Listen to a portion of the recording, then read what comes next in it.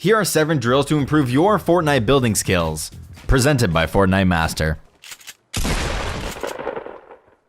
Building has come a long way since the first couple of seasons. The average player is now a lot better at building and editing, and build battles have become more common but also more complex. As players have gotten better, the meta has evolved to include a lot more advanced building tricks, many which involve a series of fast inputs and well-timed jumps. We're going to go over 7 drills to help you warm up your building and editing skills, in addition to suggesting some good practice environments. Without wasting any more time, let's get started. The first and probably most common drill to start with is 90s. If you're struggling with the technique, check out our video, 5 more advanced building strategies, for a more detailed explanation. When you have the technique down, it's just about warming up your muscle memory and execution. 90s are pretty straightforward, but there are a few variations that you should remember to practice for a well-rounded warm-up. You want to make sure you practice your 90s in both directions, so start with 90s going one way, then switch it up halfway through. It's also important to warm up both your double 90s and triple 90s, as you will have different situational uses for both in real games.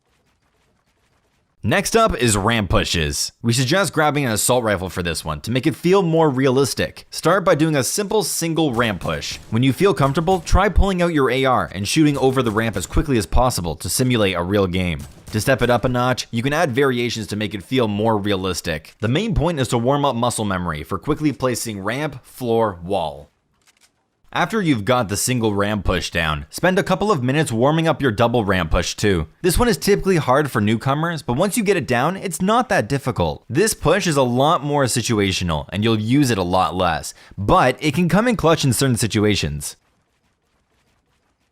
This side jump is something that a lot less players use, but it's an extremely useful trick to have in many spots. For specific tips on doing this jump, check out our video, 4 advanced building strategies to help you win more fights. Once you get a feeling for the jump, it's pretty easy to warm up. After the jump itself, there are 2 different variations to practice. The first and easier way is to simply turn around and build up over the original platform. The second involves double ramping off of the jump followed by a 180 or 90s. This one is a little trickier. Check out our second advanced building strategies video for some specific tips for this jump. This next drill is a part of Ghost Bizzle's warm-up routine. The strategy itself is great for retaking high ground, but it's also a good way to warm up your muscle memory for double ramp retakes. This strat looks a little confusing, but it's not that complicated in reality. Just think of it like you're double ramping and preparing to do a 180 turn, but instead of the 180 turn, you quickly box yourself up, leaving one side open. Then, double ramp out of the side of the box, and then repeat. In build fights, a common strategy when you get blocked is to immediately change directions and build up with a double ramp. This is a great drill for warming up that muscle memory. As a bonus, if you want to warm up fast falling, practice it on the way down after this or any of the 3 previous drills. Although tunneling isn't a super common strategy for casual players, it's a good drill to practice and start using if you don't already. Knowing how to efficiently tunnel can save you in some tight situations and come in handy in crowded late game circles. Start by tunneling either to the left or the right until you get it down, then switch it up and go in the other direction. Afterwards, practice tunneling in a straight line.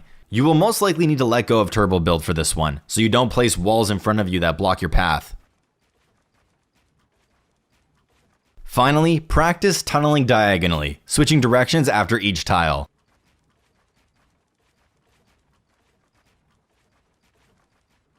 After you're done warming up those specific builds, spend some time just freestyling, building whatever you want, stringing together multiple techniques, and practice a little bit of everything. This should help you loosen up your improvised building, because at the end of the day, building in Fortnite isn't a bunch of 90s and ramp pushes.